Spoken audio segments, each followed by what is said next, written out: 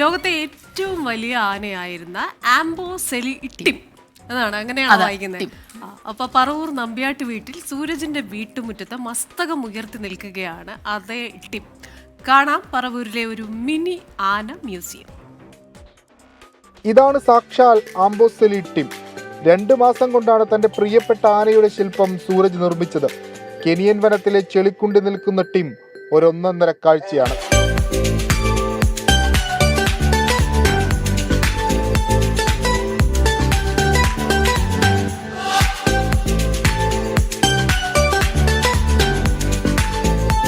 Tim മാത്രമല്ല, മൂന്നാറിനെ വിറപ്പിച്ച പടയപ്പയുമുണ്ട് സൂരജിന്റെ ആനശേഖരത്തിൽ.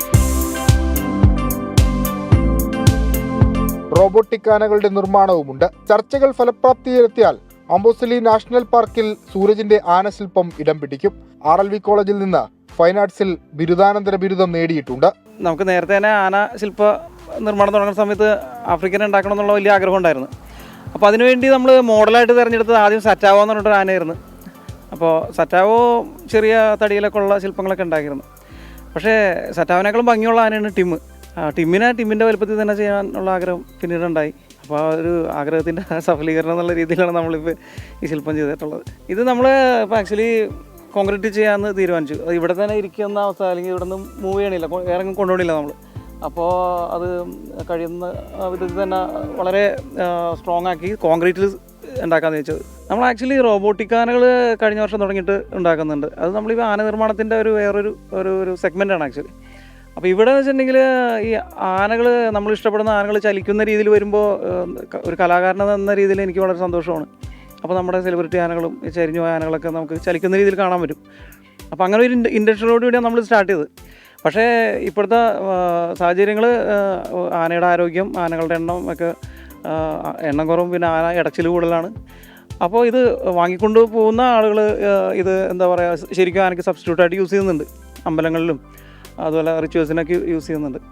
അപ്പോൾ ഒരു തരത്തിൽ ശരിക്കും ആനകൾക്ക് കുറച്ച് ടൈം റെസ്റ്റ് കിട്ടും എന്നുള്ള ഒരു നല്ലൊരു കാര്യം അതിലുണ്ട്. പിന്നെ നമ്മൾ ആസ് ആൻ ആർട്ടിസ്റ്റ് നമുക്ക് ഇത് ക്രിയേറ്റ് ചെയ്യുക എന്നുള്ളത് മാത്രമേ ഉള്ളൂ. കൂടുതൽ പൊളിറ്റിക്സ് കാര്യങ്ങൾ ശരിക്കും നമ്മുടെ ചിന്തയിലേക്ക് വരുന്നതല്ല.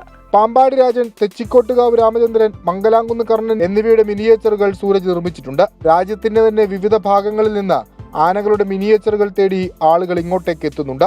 ആനകളുടെ ആരോഗ്യം ഏറ്റവും കൂടുതൽ ചർച്ച ചെയ്യപ്പെടുന്ന ഈ കാലഘട്ടത്തിൽ ഇത്തരം ആശയങ്ങൾ പ്രതീക്ഷ നൽകുന്നതാണ്. ഭാവിയിൽ ഇവിടം ആന മ്യൂസിയങ്ങളുടെ ഭൂപടത്തിൽ ഇടം പിടിക്കുമെന്ന് ഉറപ്പ്. കൊച്ചിയിൽ നിന്ന് മാഹിൻ ജാഫറിനൊപ്പം വിഷ്ണു സുരേഷ്, 24. കൊള്ളാല്ലേ ആന മ്യൂസിയം. ടിം ശരിക്കും ആഫ്രിക്കൻ ആനയുടെ അതേ നല്ല വ്യത്യാസമുണ്ടല്ലോ ആഫ്രിക്കൻ ആനയും നമ്മുടെ നാട്ടിലെ ആനയും തമ്മിൽ. അപ്പോൾ ആ ഡിഫറൻസ് ശരിക്കും അറിയാനും പറ്റുന്നുണ്ട്. മസ്തകം, കൊമ്പിന്റെ ആ ഒരു നീട്ടം, ചെവി, ഇങ്ങനത്തെ എന്താ ചുളിവുകളില്ലേ, അതാണ് വ്യത്യാസമായിട്ട്.